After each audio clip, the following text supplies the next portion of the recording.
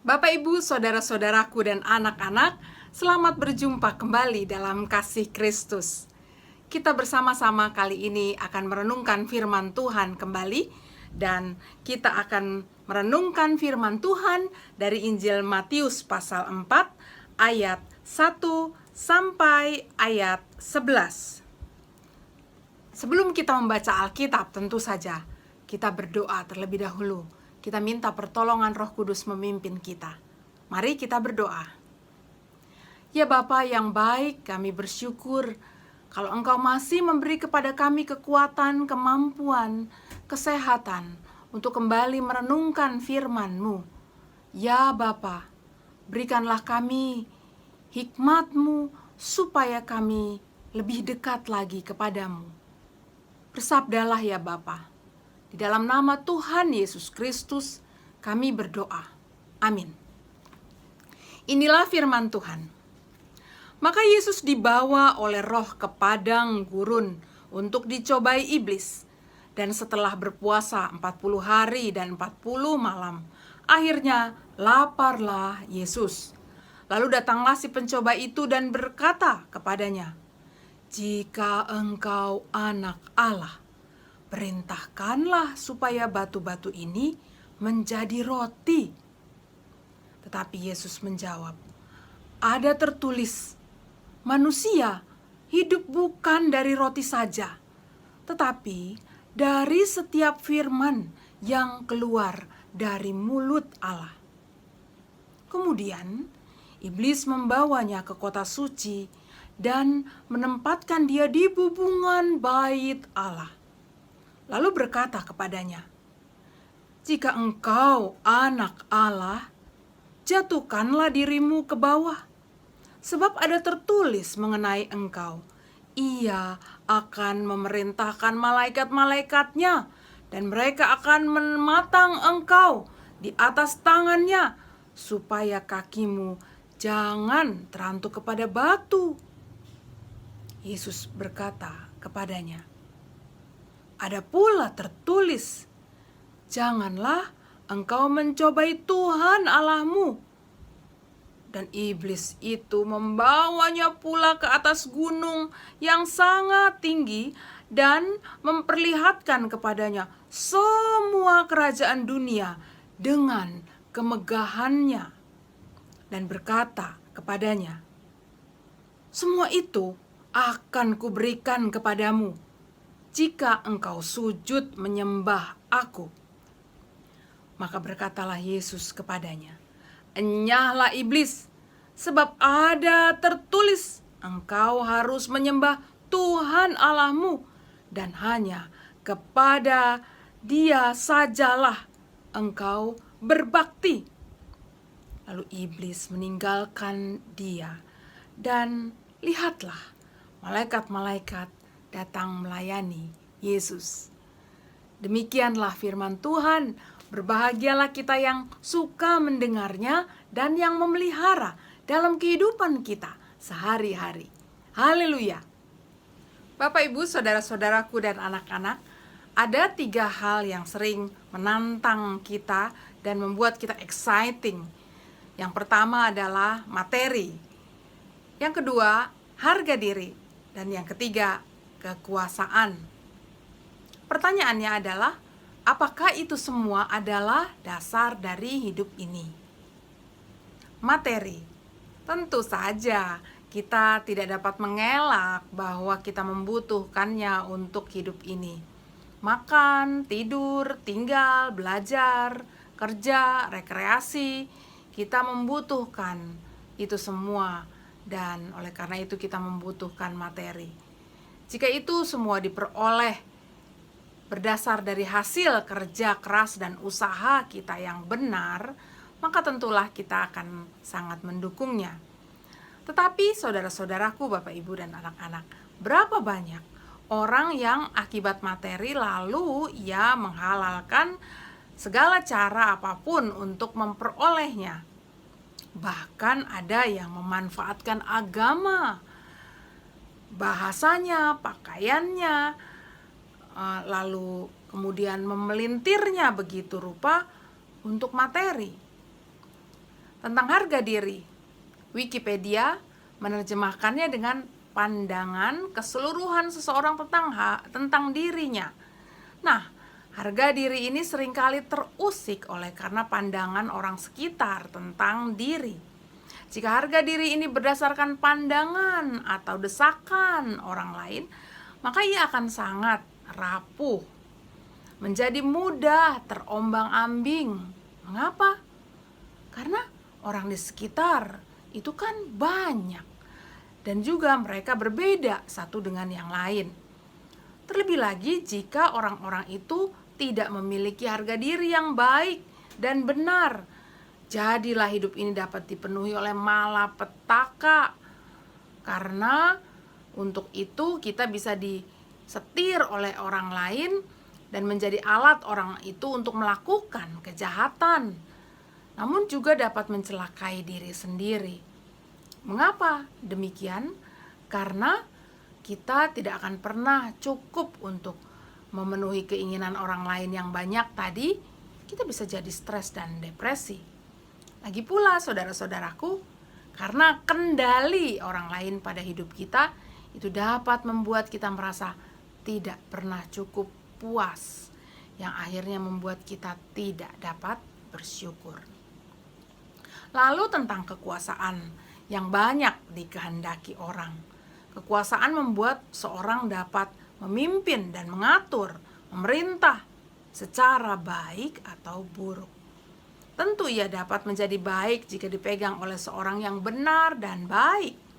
Tetapi kekuasaan akan menjadi kehancuran bagi orang banyak yang dipimpin.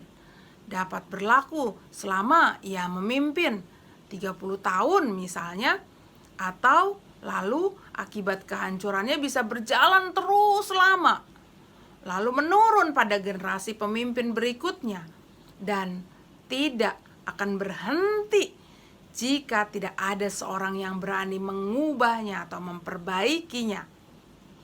Perbaikan atau perubahan akan berhadapan dengan tantangan. Kita kan sejak dulu begini, jangan mengubah apa yang telah ada, dan sebagainya. Lagi pula, kepemimpinan terdahulu dapat dicontoh oleh generasi berikutnya. Nah, Bapak Ibu saudara-saudara yang saya kasih dalam Tuhan Yesus Kristus, kisah Alkitab yang kita baca hari ini tentang godaan iblis ketika Tuhan Yesus berpuasa adalah suatu kisah yang mengingatkan kita untuk selalu memiliki kesadaran tentang apakah dasar kita berpijak dalam hidup dan menghidupi dunia ini. Jawaban Tuhan Yesus yang saat itu diusik oleh keinginan material manusiawi dirinya agar mengubah batu menjadi roti, yang memang sedang dalam keadaan lapar pula, adalah jawaban yang memiliki dasar bahwa ia adalah seorang yang mengutamakan hubungan dengan Tuhan. Firman Tuhan yang dikutip bukan semata bahwa ia akan lebih rohani. Jadi betul jika mengutip ayat kitab suci. Namun ayat itu mengingatkannya pada bagaimana seharusnya seorang manusia yang dekat dengan Tuhan berlaku tidak mengutamakan materi semata dalam hidupnya. Lagi pula bahaya sekali jika tahu atau hafalnya ayat kitab suci dipakai sebagai ukuran kedekatan dengan Tuhan. Ayat kitab suci dapat dipakai oleh orang jahat justru untuk menentang kehendak Tuhan. Hal di atas itu lebih jelas ketika iblis menggunakan ayat kitab suci. Iblis menggunakan ayat kitab suci untuk mengusik harga diri Tuhan Yesus yang tentu memiliki kuasa untuk dilayani oleh para malaikat agar sekalipun ia terjun dari bumbungan bait Allah pasti tetap selamat. Karena ada malaikat yang akan menjaganya. Ini kan seperti kata kitab suci. Namun Tuhan Yesus tidak membiarkan harga dirinya diubah oleh iblis menjadi kesombongan, pamer kekuasaan, show off. Sekalipun iblis menggunakan ayat kitab suci untuk melakukannya, Tuhan Yesus tidak terpengaruh. Belajar dari Tuhan Yesus, maka kita juga orang-orang yang percaya, kita percaya pada diri bahwa ketika kita memiliki hubungan yang dekat dengan Tuhan, maka tidak ada yang perlu dipamerkan. Kita akan bergantung pada Tuhan. Nah, yang terakhir adalah suatu yang sangat kita pahami bahwa kita tak boleh menyembah yang lain selain Tuhan. Namun apa yang terjadi, saudara-saudaraku, Bapak, Ibu, dan anak-anak? Kehendak berkuasa itu seringkali mengekang seseorang untuk melupakan Tuhan. Malahan juga banyak yang memanfaatkan Tuhan untuk nafsu kekuasaan. Meski seorang berpakaian bagai orang yang dekat dengan Tuhan, kalung salibkah, topi santakah, jubahkah, atau banyaknya ayat Alkitab yang keluar dari mulutnya, atau seringnya seorang pergi ke Israel, maka itu tidak menjadi ukuran bahwa ia memiliki hubungan yang dekat dengan Tuhan. Mereka yang memiliki hubungan dekat dengan Tuhan adalah mereka yang hidupnya dipenuhi syukur. Mereka ini bersyukur atas segala kasih karunia Tuhan yang Tuhan berikan kepadanya. Tidak perlu mengikuti yang jahat untuk mendapat materi. Setiap kekuatan, kesehatan, makanan, kepandaian, dan lain-lain, Tuhan yang memberikannya. Yang adalah juga bentuk dari kebaikan Tuhan.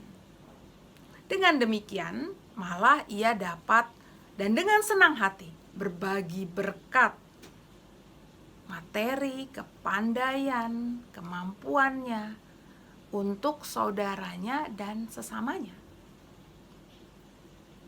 Mereka yang berhubungan dekat dengan Tuhan juga tidak perlu mencari dan berusaha mempertahankan harga dirinya di hadapan orang lain yang menghina, mencela, menghakimi agar ia menjadi sedih dan mengubah diri menjadi bukan dirinya, lalu menjadi seperti yang orang lain kehendaki. Meski orang tersebut menyebut kata Tuhan, gereja, atau menggunakan ayat Alkitab sekalipun. Jika mereka cuma mementingkan keuntungan, kehormatan, dan gempita masa lalu, mereka yang memiliki hubungan dekat dengan Tuhan akan terus memperhatikan, mendengarkan, dan belajar.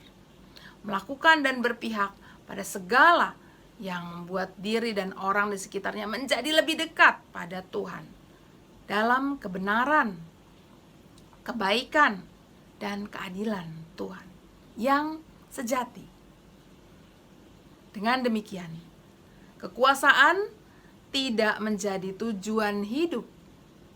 Kekuasaan jika diperolehnya adalah alat untuk semakin dekat kepada Tuhan, sehingga banyak orang hidup lebih bersyukur seperti dirinya karena lewat tangannya terjadi kekuasaan adalah alat menyalurkan kasih Tuhan. Jadi inilah dasar pijakan hidup kita, yakni hubungan yang baik dengan Tuhan. Amin. Tuhan menolong selalu Bapak, Ibu, saudara-saudara, dan saya.